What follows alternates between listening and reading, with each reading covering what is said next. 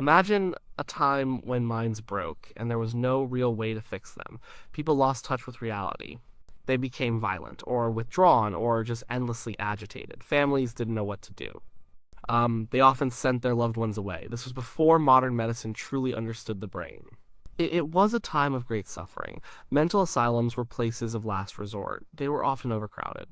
Patients lived in terrible conditions. There were few effective treatments. Doctors tried many things. They used hydrotherapy, which was water treatments. They used insulin shock therapy. They used electroshock therapy. Sometimes these helped a little, but often people stayed very sick. They lived out their lives in these institutions. They had no hope of getting better. The doctors felt helpless. They saw so much pain. They wanted to help their patients. They truly did, but they lacked the tools. They lacked the knowledge. They needed something new. They needed something that could make a real difference. The need was urgent. It was desperate. Then a new idea came along. It came from a Portuguese neurologist named Egas Moniz. He looked at the brain differently. He thought about how the brain works. He thought about mental illness. He believed that some mental disorders came from fixed nerve pathways. These pathways got stuck. They caused bad thoughts and actions. He thought that if you could cut these pathways, you could break the cycle. You could relieve the symptoms. Moniz called his procedure a lobotomy. This meant cutting white matter. In 1935, he tried it for the first time. He used a special tool that made small holes in the front of the skull. Then, he inserted a loop. He used it to cut some nerve fibers. These were in the frontal lobes of the brain. The frontal lobes control things like planning, personality, and decision-making.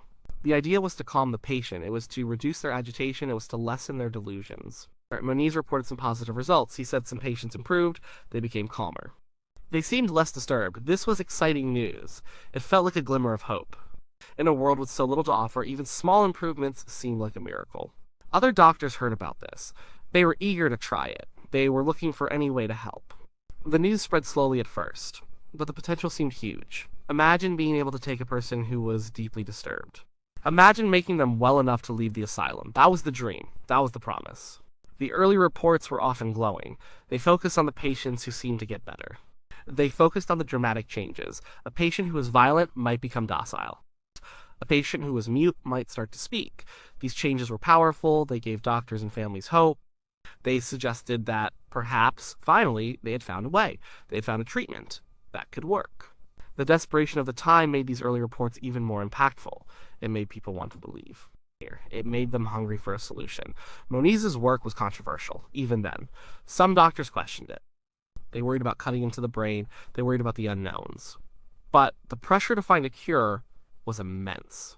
The suffering was too great to ignore any potential solution, so the lobotomy began its journey. It moved from a quiet experiment to a widely discussed medical procedure. It carried the hopes of millions who lived in the shadows of mental illness. It offered a promise that felt almost too good to be true. This procedure was born from a deep need. It was born from a time when options were few. It promised relief from unimaginable pain. It seemed to offer a way out of the mental health crisis.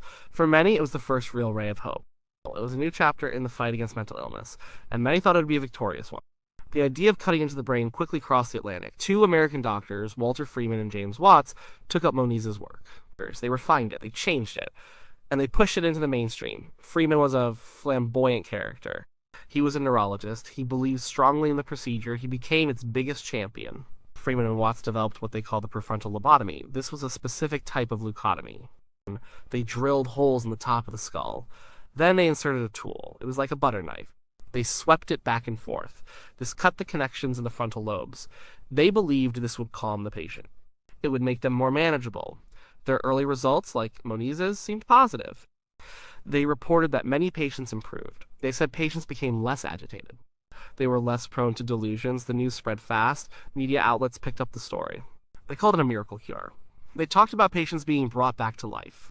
They wrote stories of families being reunited. The public embraced the idea. People were desperate for solutions.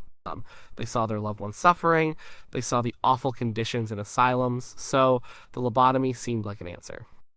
It offered a quick fix. It offered a way to empty the overcrowded hospitals. The narrative was powerful. It was hopeful. It suggested a future where severe mental illness could be tamed. Freeman was very good at promoting the procedure. He traveled all over the country.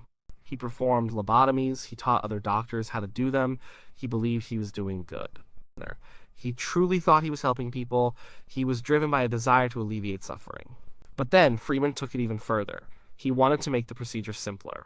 He wanted it to be faster. He wanted it to be available to more people. He developed a new method. He called it the transorbital lobotomy. This method was shocking. It involved no drilling. It involved no complex surgery. Instead, Freeman used an ice pick. He hammered it through the thin bone above the eye. He pushed it into the brain. Then he moved the pick around. This cut the brain tissue. It separated the frontal lobes. He did this on both sides of the head. It took only minutes to do. He could do it in an office. He could do it without an operating room. He could even do it with just local anesthesia. This ice pick lobotomy made the procedure incredibly accessible. It was quick. It was cheap. And it looked dramatic. Freeman even performed them in front of audiences. He showed how easy it was. He was a showman. He believed this was the way to truly transform mental health care. The transorbital lobotomy spread like wildfire. Thousands of procedures were performed. It wasn't just for the most severely disturbed. It was used for depression. It was used for anxiety. It was even used for behavioral problems. People hoped it could solve a wide range of issues. The media continued its praise. Stories highlighted the successes. They showed patients who were once violent maniacs now sitting quietly. They showed people who were once hopelessly insane now going home. These stories captured the public imagination. They reinforced the idea of a miracle. But what did better actually mean? For many, it meant becoming calmer. It meant becoming less agitated. It meant becoming easier to manage. Patients might no longer scream. They might no longer fight. They might just sit still. For institutions, this was a huge relief. Now, it made their jobs easier. For families, it meant their loved one was no longer a danger. They were no longer a burden. But it often came at a terrible cost. The cost was to the patient's personality. It was to their very self. This wasn't always clear in the early reports. The desire for a cure was so strong. The relief from immediate problems was so great. People overlooked or downplayed the downsides. They wanted to believe, and the powerful narrative of the miracle cure made it easy to do so. The hype was real, and it was widespread. The praise for the lobotomy painted a picture of hope. It spoke of lives restored, but the reality was often much darker. For every story of apparent improvement, there were many more of profound, irreversible damage. What did a lobotomy actually do to a person? The brain is incredibly complex. The frontal lobes are not just about agitation. They are vital for who we are. They control our personality. They control our emotions. They control our ability to plan. They let us make decisions. They help us connect with others. When you cut those connections, you change a person fundamentally. Some patients did become calmer. This was often the main goal. They stopped being violent. They stopped having delusions. But they often lost much more. They lost their spark. They lost their ambition. They lost their ability to feel strong emotions. They became apathetic. They became flat. Imagine someone who used to be full of life. After a lobotomy, they might just sit and stare. They might answer questions with short, blank responses. They might no longer care about their family. They might no longer enjoy their hobbies. They were present physically, but their personality was gone. Their essence was gone. Doctors at the time called this docility. It was seen as an improvement. But was it really? Was it better to be a quiet, emotionless shell than a struggling, agitated person? This was the ethical dilemma. It was a question that became harder and harder to ignore. Many patients lost their ability to care for themselves. They became childlike. They needed constant supervision. They couldn't plan a simple meal. They couldn't manage money. They couldn't hold down a job. This meant they were still dependent. They were still a burden, just a different kind of burden. The procedure was often performed on the most vulnerable. It was used on women more than men. It was used on poor people. It was used on minorities. These were people who had little voice. They had little power to refuse. Their families were desperate. They trusted the doctors. They hoped for the best, but there was little understanding of the long-term effects. The brain science was still very basic. Doctors did not fully grasp what they were doing. They were essentially guessing. They were experimenting on human beings, and the results were often devastating. Families might take their loved one home. They would find a stranger in their house. This person looked like their mother or father or sister, but they no longer acted like them. They were distant, they were unresponsive, they were often incontinent, they had no idea what was going on around them. Some patients even died from the procedure. Bleeding, infection, or brain swelling could occur. For those who survived, the mental and emotional costs were immense. Many suffered from constant headaches. They had seizures, they had other neurological problems. The praise for the lobotomy often came from short-term observations. It came from anecdotal evidence. It came from the desire to believe. But as time went on, the full picture became clear. The lobotomy was not a miracle cure. It was a blunt instrument. It traded one set of problems for another. It often destroyed the very essence of a person. It created a quiet, empty existence. This was the dark reality behind the bright promises. It was a harsh truth that slowly began to emerge. As more lobotomies were performed, doubts grew. Not all doctors were convinced. Many watched with growing concern. They saw the trade-offs. They saw the severe side effects. The initial hype began to wear thin. Reports from the field started to change. Doctors began to share less optimistic accounts. They talked about the lobotomized look. This was a vacant stare. They spoke of the emotional flatness. They saw the loss of personality. These were not minor side effects. These were fundamental changes to a human being. More rigorous studies started to happen. These were not just quick observations. They tried to track patients over time. They compared outcomes. These studies often showed inconsistent results. They showed many negative outcomes.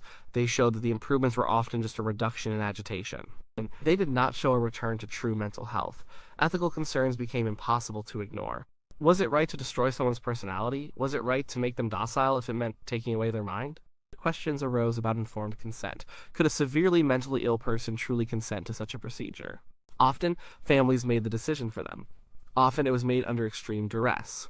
Some prominent psychiatrists spoke out against the practice. They called it barbaric. They called it inhumane. They warned against the irreversible damage. They argued that it was a desperate measure. It was not a true treatment. But Walter Freeman, the lobotomy's biggest promoter, ignored these warnings. He continued to perform thousands of procedures. He believed he was right. Then came a major breakthrough. In the early 1950s, a new class of drugs appeared. These were called psychopharmacology. The most famous was chlorpromazine. It was sold under the brand name Thorazine. This drug changed everything. Chlorpromazine was an antipsychotic. It could reduce delusions. It could lessen hallucinations. It could calm agitated patients. And it did this without destroying their personality. It did this without cutting into their brain. Patients who took these drugs could often become stable. They could function better. They could sometimes leave the asylum. The arrival of these drugs was a game changer. It offered a less invasive alternative. It offered a more humane way to treat severe mental illness. Why cut into the brain when a pill could do something similar, and often better? The need for lobotomy began to fade. Public perception also shifted. The initial glowing media reports turned critical. Stories of lobotomy failures emerged. People heard about the damage. They heard about the irreversible changes. The miracle cure narrative crumbled. It was replaced by a sense of horror and regret. Mental health professionals started to move away from the procedure. It became clear that the risks far outweighed the benefits. The once celebrated operation became stigmatized. It became a symbol of a darker chapter in psychiatry. By the late 1950s and early 1960s, the lobotomy was largely abandoned. It was replaced by medications and more refined psychological therapies. The decline was rapid. What was once hailed as a revolutionary treatment quickly became a historical cautionary tale. The widespread use of the lobotomy ended. It left behind a trail of damaged lives and a deep ethical scar on the medical profession. The initial promise had given way to a harsh, undeniable reality. The story of the lobotomy is a stark reminder. It shows how desperation can lead to drastic measures. It shows how easy it is to believe in a quick fix, especially when suffering is immense. The procedure is almost completely gone today. It is only used in extremely rare cases. Even then, it is highly regulated. It is much more precise. It focuses on very specific brain targets. It is nothing like the broad cuts of the past. Egas Moniz received the Nobel Prize in Physiology or Medicine in 1949. He got it for his discovery of the therapeutic value of leucotomy. This award remains controversial. Many believe it was given too soon. They believe it ignored the terrible long-term consequences. It stands as a reminder of how medical understanding evolves. It shows how initial perceptions can be wrong. The lobotomy cast a long shadow over psychiatry. It made people deeply skeptical of brain-altering treatments. It fostered a distrust that took decades to overcome. For many years, the field struggled to regain public trust. It had to show it was moving forward. It had to show it was learning from its mistakes. One of the most important lessons is about informed consent. Patients have a right to know what will happen to them. They have a right to understand the risks. They have a right to say no. This was often not the case with the lobotomy. Many patients were unable to consent. Their fundamental human rights were overlooked. This led to stronger protections for patients. It led to more ethical guidelines in medical research and practice. The lobotomy also highlights the dangers of medical fads. It shows the risk of rushing into treatments.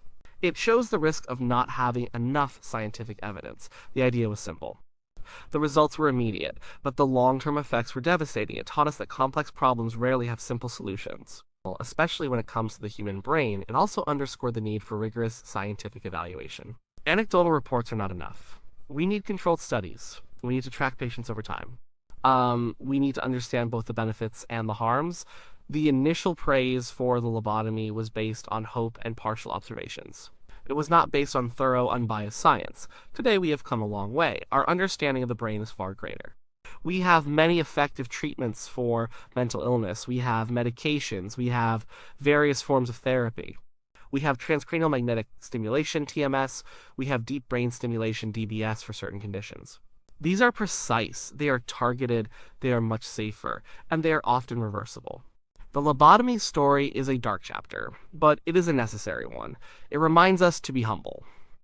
It reminds us to be cautious. It reminds us to always put the patient's well-being first. It reminds us that humanity and ethics must guide medical progress. The search for effective, humane treatments for mental illness continues. But it is now guided by a clearer understanding. It is guided by a deeper respect for the human mind. The days of the miracle cure lobotomy are long behind us, and that is a good thing. It is a sign of progress. It is a sign that we learned from a painful past. We learned that while desperation can push us to seek quick answers, true healing requires patience, science, and profound respect for the individual.